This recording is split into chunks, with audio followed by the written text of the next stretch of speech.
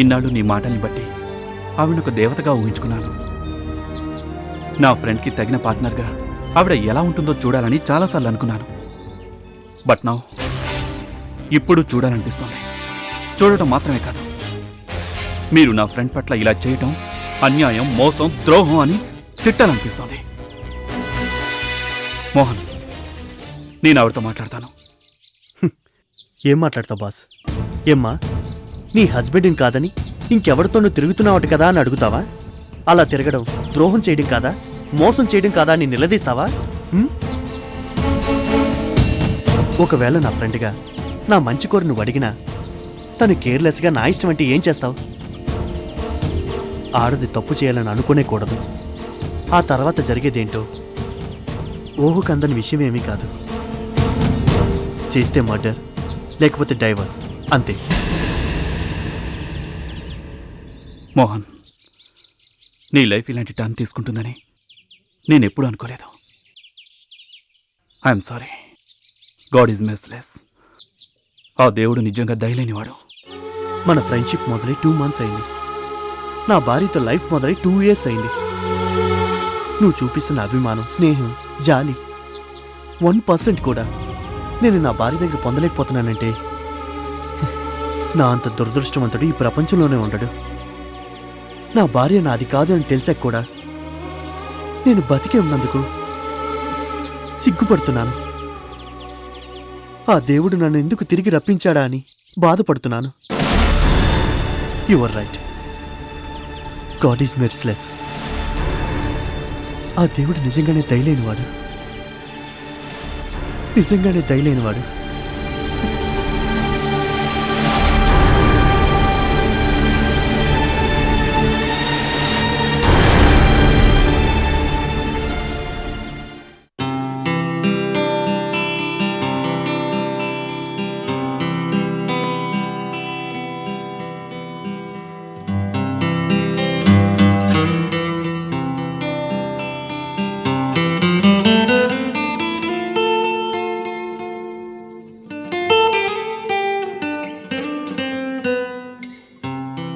ఇది బిల్ చేయండి.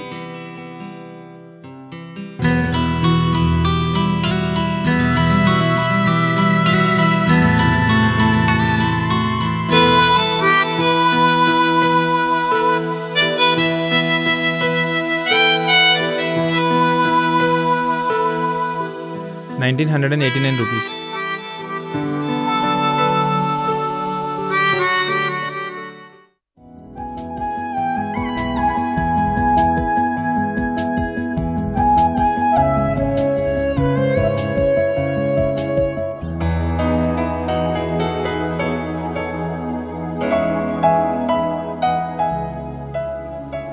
Excuse me, 1 more rupee. Sorry madam.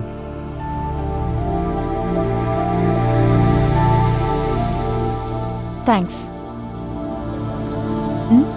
ఏంటి గోపి అలా చూస్తున్నావు? ₹1 కదా అన్నా? చూడు, ఈ ₹1 100 అవుతుంది, 1000 అవుతుంది, లక్షలవుతుంది, కోట్లవుతుంది. The number game always begins with 1. ఈ మంజు దేన్ని అంత తేలిగ్గా వదలదు. రావాల్సిన మనీ అయినా సరే, కావాల్సిన మనిషైనా సరే.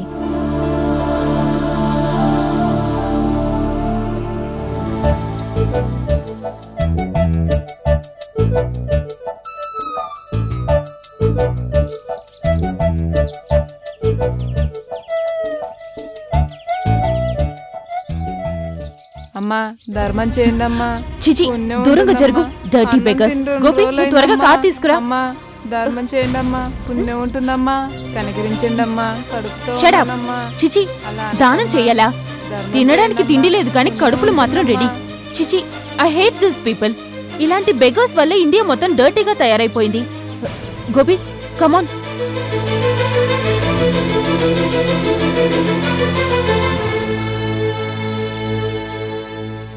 పుణ్యాత్ములు బాబు, చల్లగుండాలి బాబు.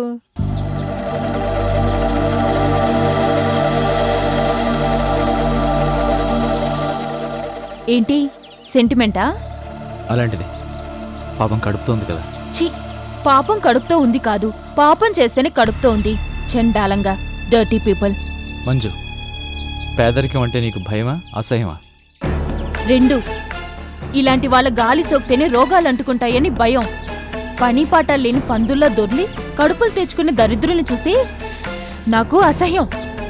ఇలాంటి బెగ్గర్స్ ఇండియాలోనే కనిపిస్తారు. స్టేట్స్ లో సర్చ్ లైట్ వేసి వెతికినా ఒక్కళ్ళు కూడా కనిపించరు. Dirty people.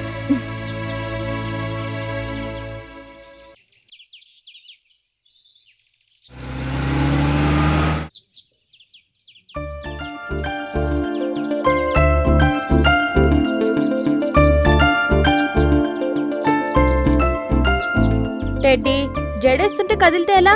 ఒక్కటిస్తా, కదలకుండా కూర్చో. అది గుడ్ గర్ల్. నీకిలా 2 జడలేస్తే ఎంత బాగుంటావో తెలుసా? బంగారు తల్లిలా ఉంటావు.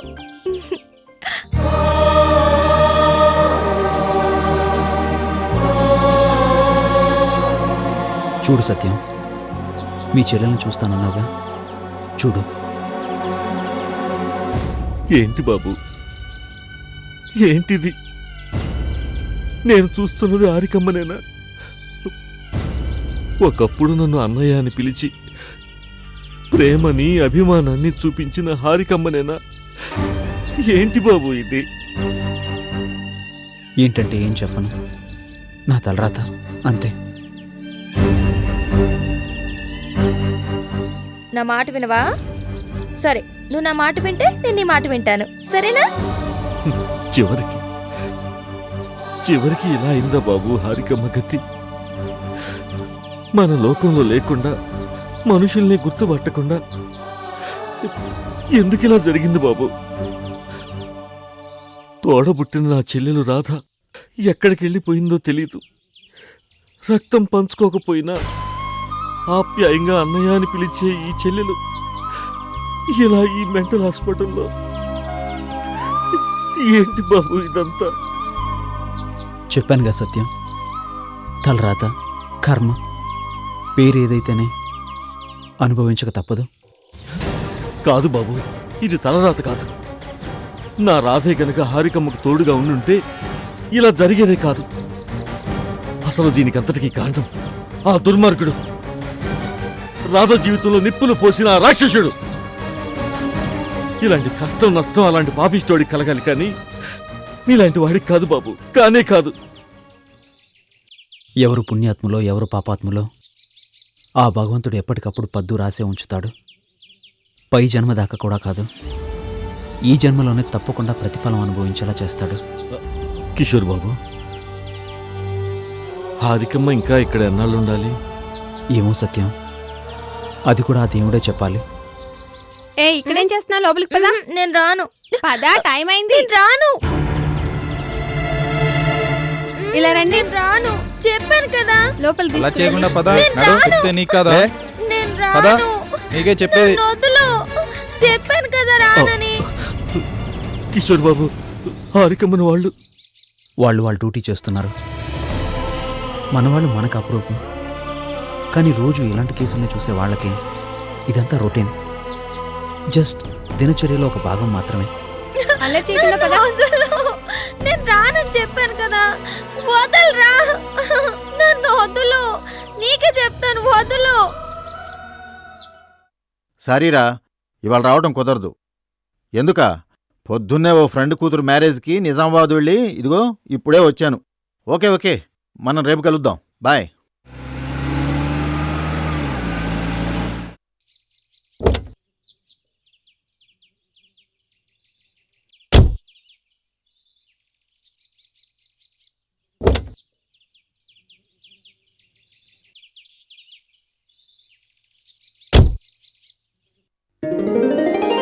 Hi dad. హాయ్ మంజు. ఏంటి చాలా షాపింగ్ చేసినట్టున్నారే? ఎస్ డాడ్, టోటల్ గా నాకు కావాల్సిన ఐటమ్స్ అన్ని తెచ్చేసుకున్నాను.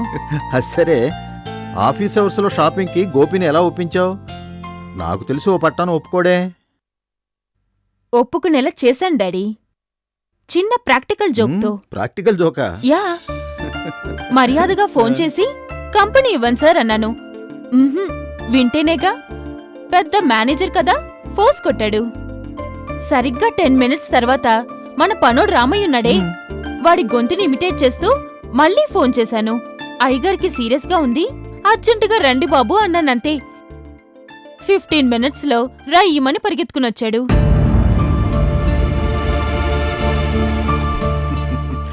ఏం గోపి, మా బేబీ నిన్ను బాగా ఇబ్బంది పెట్టిందా? అలాంటిదేం లేదు సార్. ప్రాక్టికల్ జోక్స్కి నేను కూడా ఎంజాయ్ చేస్తాను, కానీ ఇలా మనుషులకి సీరియస్గా ఉందని చెప్పడం మాత్రం నాకు నచ్చలేదు. నాకు నచ్చలేదు. మర్యాదగా పిలిచినప్పుడు రాకపోతే ఏం చెయ్యాలి? నువ్వే చెప్పు డాడీ. ఒంటరిగా షాపింగ్ చేయాలంటే బోర్ కదా. Okay okay Gopi, take it easy. అయిందా? డాడీ కూడా నన్నే సపోర్ట్ చేస్తున్నారు. బేబీ, గోపి మంచివాడు కాబట్టి సరిపోయింది, లేకపోతే ఏమయ్యేది? ఆ గోపి మంచివాడు బుద్ధిమంతుడు అని తెలిసే ఇలా చేశాను. సర్లే గోపి, చూసావా మా మంజుల నీకెన్ని కాంప్లిమెంట్స్ ఇచ్చిందో? బైది బై, ఈ ఆదివారం నీ ప్రోగ్రామ్ ఏంటి? ఇప్పటికైతే ఏం లేదు సార్. గుడ్. ఆ రోజు ఏ పని పెట్టుకోకు. ఆ రోజు మా మంజు పుట్టినరోజు. ఓ, advance congratulations. Thank you. Gopi, ఆ రోజు మనం శారదాదేవి హోమ్కి వెళ్ళాలి. బేబీ, నువ్వు ఆ హోమ్లో ఉండే అనాథలందరికీ నీ చేత్తో బట్టలు పంచాలి. నేను అనాథలకి బట్టలు పంచాలా? No way dad. అంతమంది బెగ్గర్స్ ని ఒకే చోట చూస్తే నాకు మండిపోతుంది. బేబీ, అనాథలంటే అడుక్కునేవాడు కాదు, నువ్వనుకునే బెగ్గర్స్ అంతకన్నా కాదు. నీ బర్త్డే రోజు నీ చేతులతో నువ్వే వాళ్ళందరికీ బట్టలు పంచుతున్నావు, అంతే. తప్పదా? తప్పదు. షిట్.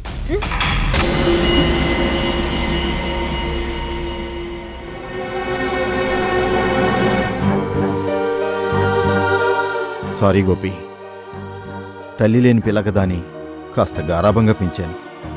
స్టేట్స్ వెళ్ళొచ్చాక మరీ ఇలా ముడిదాన్లా తయారైంది. మంజు మాటలు, దాని ప్రవర్తన నిన్ను బాధ పెట్టుంటే I am extremely sorry. No, అలాంటిదేం లేదు సార్. ఉంటాను సార్.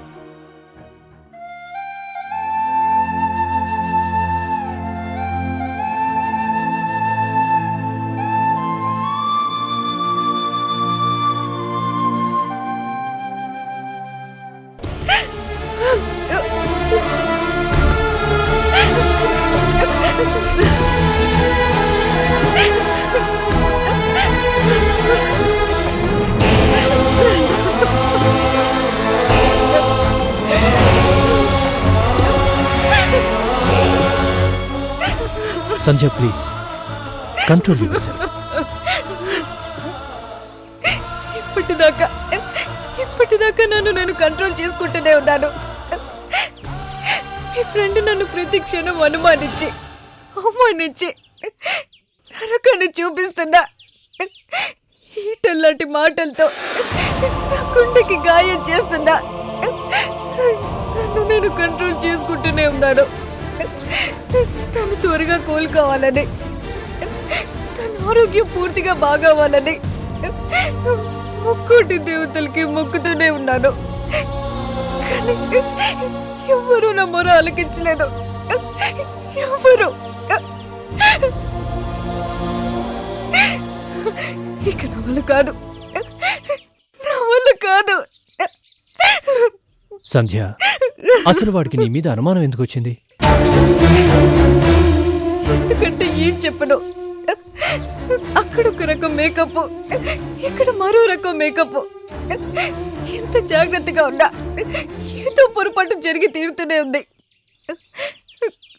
ఒకసారి ఆనంద్ వాచ్ని నా బ్యాగ్లో చూసి నానా రభస చేశారు. నిన్న ఆనంద్తో సినిమాకి వెళ్ళి ఆ టికెట్స్ చింపేయడం మర్చిపోయినందుకు చివరికి మీ ఫ్రెండ్ నన్ను బజార్దాన్ని చేశారు. తన కళ్ళు కప్పి ఎవరితోనో చాటుగా తిరుగుతున్నానని నన్ను 10 గంట దారుణంగా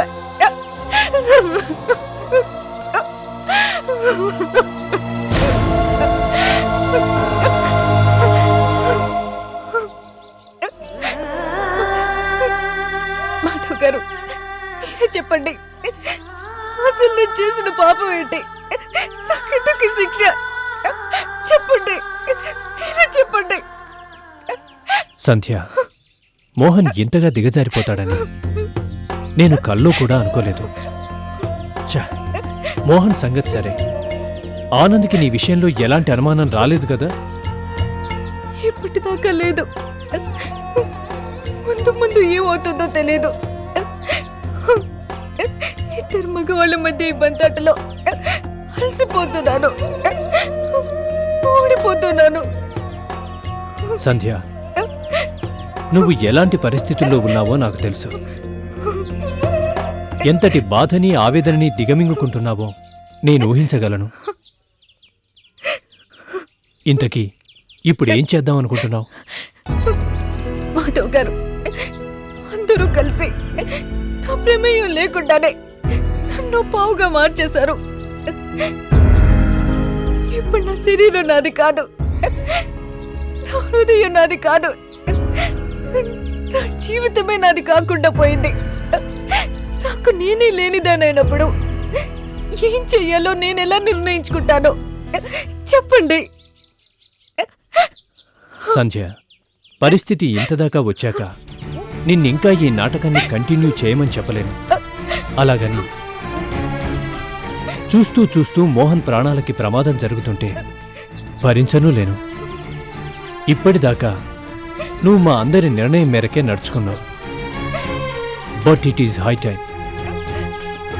నీ శీలాన్ని శంకించి నీ మంచితనాన్ని గుర్తించకుండా మోహన్ ఇంతగా దిగజారిపోయి నిందలు వేశాక ఇక నీ జీవితం నీ ఇష్టం. నువ్వేం చేయదలుచుకున్నా, ఎలాంటి నిర్ణయం తీసుకోదలుచుకున్నా ఎవ్వరూ ఏం మాట్లాడలేరు. నిర్ణయం ఇంత జరిగాక ఇప్పుడు కొత్తగా ఏం నిర్ణయం తీసుకోను? నిజం అంటూ బయటపడితే నేను అటు మోహన్కి ఇటు ఆనంద్కి కానిదానవుతాను. ఇద్దరి దృష్టిలో కలంకితనే అవుతాను. ఇద్దరు మగవాళ్ళని వంచిన ద్రోహిగా, పాపిగా చరిత్ర పుట్టల్లో మిగిలిపోతాను. కానివ్వండి, ఆ భగవంతుడు నా నుదుట ఎలా రాసిపెట్టుంటే అలాగే జరుగుతుంది. నా మంచితనమే నా పాలిట పాపమైతే, నేను తీసుకున్న నిర్ణయమే నా పాలిట శాపమైతే ఆల్ రైట్, అగ్ని ప్రవేశం చేసైనా నన్ను నేను నిరూపించుకుంటాను. అందాక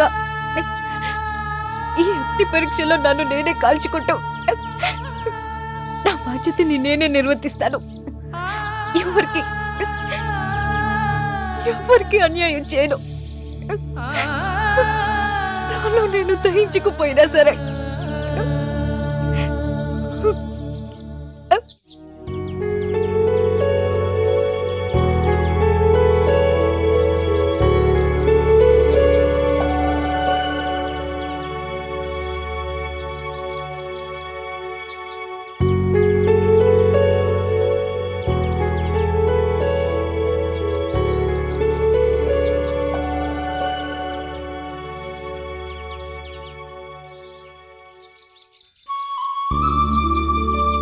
ఏం రాదా, ఏం చేస్తున్నావు?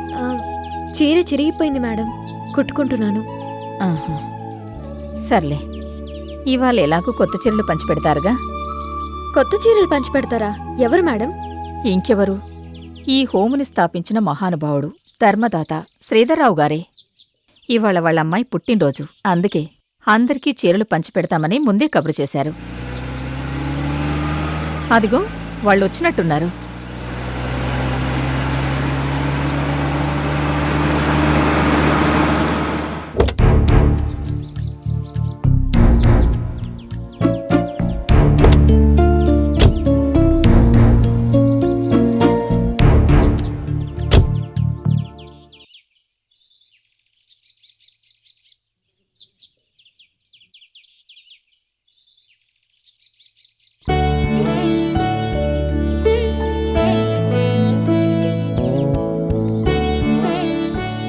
నమస్తే సార్. నమస్తే అమ్మా.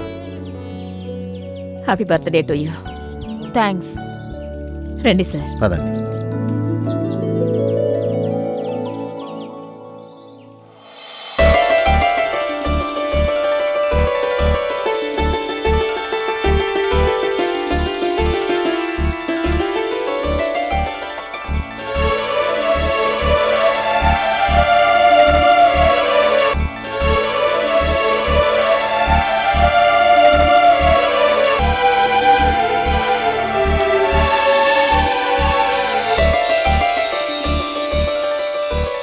Happy birthday to Manju. మీ అమ్మాయి బర్త్డే అని తెలియగానే పిల్లలందరూ కలిసి ఇలా స్వాగతం పలికారు. చూసావమ్మా, హోమ్కి వెళ్దామంటే నే రాను, నాకు చిరాకు అన్నావు. ఇప్పుడు చూడు ఎంత అందంగా స్వాగతం చెప్తున్నారో. ఇలాంటి చీప్ ట్రిక్స్ ఎందుకు ప్లే చేస్తారో నాకు బాగా తెలుసు. ముందు మీ అంతటి వాళ్ళు లేరని పొగుడతారు, ఆ తర్వాత 1 లక్షకో 2 లక్షలకో టెండర్ పెడతారు. మంజు,